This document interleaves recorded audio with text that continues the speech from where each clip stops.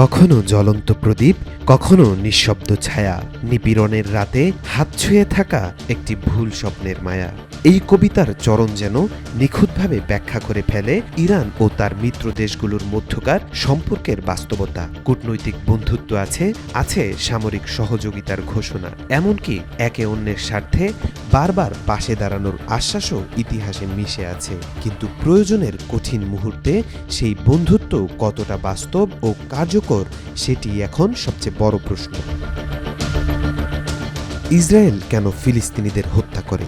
এই প্রশ্নের উত্তর ইতিহাসের গহীনে লুকানো। 1948 সালে রাষ্ট্র হিসেবে আত্মপ্রকাশের পর থেকেই ইসরায়েল নিজেকে একটি নিরাপদ ইহুদি স্বার্থ নির্ভর রাষ্ট্র হিসেবে গড়ে তুলতে চায়। ফিলিস্তিনিদের তারা দেখে একটি চিরস্থায়ী হুমকি হিসেবে, যাদের সঙ্গে একই ভূখণ্ড ভাগ করে বসবাস করতে হলে নিজেদের শ্রেষ্ঠত্ব নিশ্চিত করতে হবে বলেই বিশ্বাস করে। সেখান থেকেই শুরু হয় নিপীড়নের রাজনীতি, উপনিবেশ স্থাপন, গাজা অবরোধ এবং সাময়িক আগ্রাসন। পশ্চিম তীর ও পূর্ব জেরুজালেমে দখলদারিত্ব কেবল রাজনৈতিক নয়, ধর্মীয় একটি অভিপ্রায়ও এর পেছনে কাজ করে। জেরুজালেম ইহুদি, খ্রিস্টান ও মুসলিম তিন ধর্মেরই পবিত্র নগরী, কিন্তু ইসরায়েল এটিকে শুধু নিজের দাবি হিসেবে তুলে ধরে, অন্যদের অধিকার অস্বীকার করে। 1966 সালে 6 দিনের যুদ্ধে পূর্ব জেরুজালেম দখলের পর থেকেই ইসরায়েল এই শহরকে অবিচ্ছেদ্য রাজধানী দাবি করে আসছে। ইহুদি রাষ্ট্রের দৃষ্টিতে শত্রু কে? প্রশ্নটা কঠিন নয়, তবে উত্তরটি বহুমাত্রিক। প্রথমত, যে কোনো রাষ্ট্র বা গোষ্ঠী যারা ইসরায়েলের রাষ্ট্রীয় অস্তিত্বকে অস্বীকার করে, যেমন হামাস, হিজবুল্লাহ, এমনকি কিছু আরব রাষ্ট্র, তাদের তারা শত্রু ভাবে। দ্বিতীয়ত, ধর্মীয় ও বর্ণভিত্তিক বিদ্বেষ যারা পোষণ করে, বিশেষ করে ইউরোপীয় অঞ্চলে অ্যান্টিসেমিটিক দৃষ্টিভঙ্গি, তারাও ইহুদি জাতির শত্রু বিবেচিত। তবে বাস্তবিকভাবে বলা যায়, যেসব গোষ্ঠী ফিলিস্তিনের স্বাধীনতার জন্য সংগ্রাম করে, তারাই ইসরায়েলের প্রধান শত্রুর তালিকায় থাকে। ইসলাম এই প্রসঙ্গে কি বলে? ইসলাম শান্তির ধর্ম এবং সে কারণে নিপীড়নের বিরুদ্ধে প্রতিরোধকে সমর্থন করে। ফিলিস্তিনে মুসলিমদের যে নিপীড়ন চলছে তা ইসলামী উম্মাহর জন্য একটি পরীক্ষা।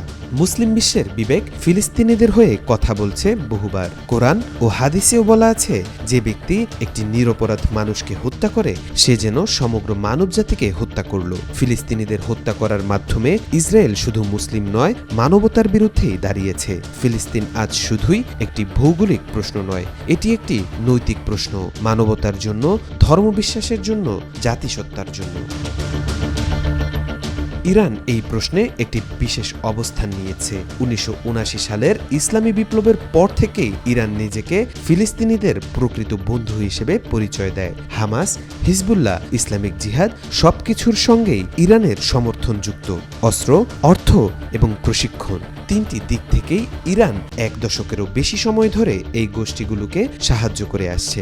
ইসরায়েলের সঙ্গে একাধিকবার পরোক্ষ ও প্রত্যক্ষ সংঘর্ষে জড়িয়েছে ইরান। তাদের দৃষ্টিতে ইসরায়েল হলো শয়তানের অবৈধ রাষ্ট্র, তাই তারা মনে করে ইসরায়েলের বিরুদ্ধে প্রতিরোধ করা ধর্মীয় ও বিপ্লবী দায়িত্ব।